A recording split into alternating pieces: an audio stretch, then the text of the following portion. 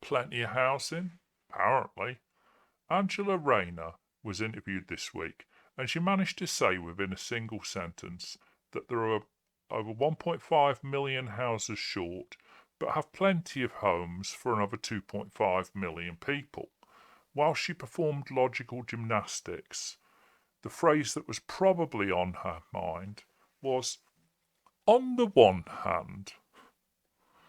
This sentence betrays the frailty of the government.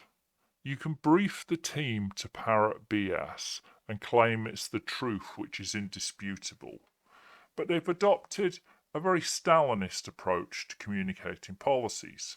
Come up with a soundbite and repeat it until it drills into the public consciousness.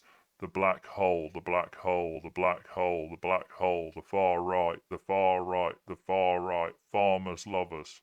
Well, the last one needs some work. This newspeak is effective.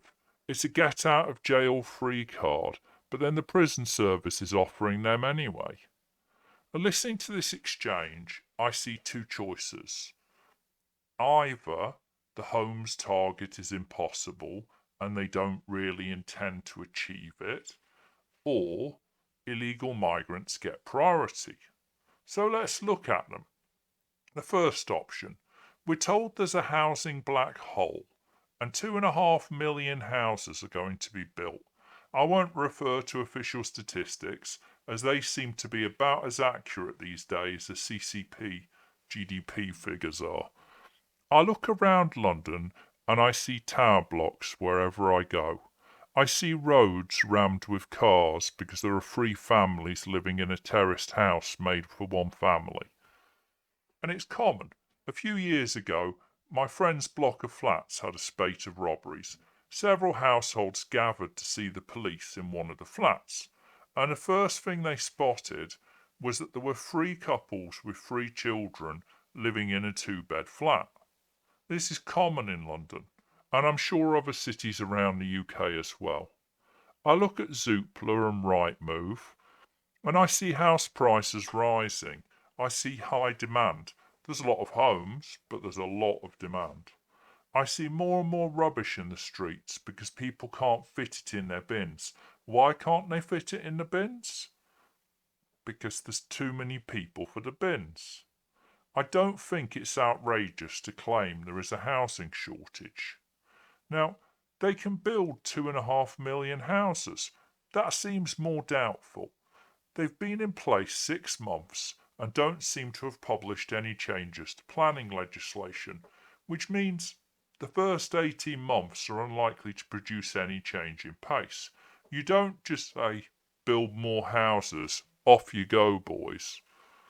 If the 2.5 million was a real plan, they would have come in with a credible government with years to prepare.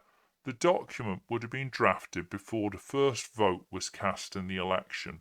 On day one, they would have walked in with a 90% finished document, and within a month, it would have been in front of Parliament. It would have been going through the process. But it hasn't. Second option, illegal immigrants get priority. Well, that can't be true. As Keir has said, smashing the people smuggling gangs is a priority. He arrested 1 person in Europe. That's very good. That'll stop everything. Well, first, they were closing the hotels, but they clearly haven't. They won't tell us how many people have come. They won't tell us how many people overstay on their holidays. They won't tell us how many crimes are committed by illegal immigrants. They won't send them to Rwanda. I struggle to see what they will do. It's just easy to see what they won't. Now, don't mention illegal migrants, because you'll be far right. Don't complain about shortages of doctors, dentists, services, and about crime. Certainly don't complain about housing shortages. Future voters need to have houses, or they won't vote for Rayner and her friends.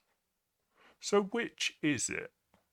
Well, sometimes in this world, both things are true even though they seem impossible.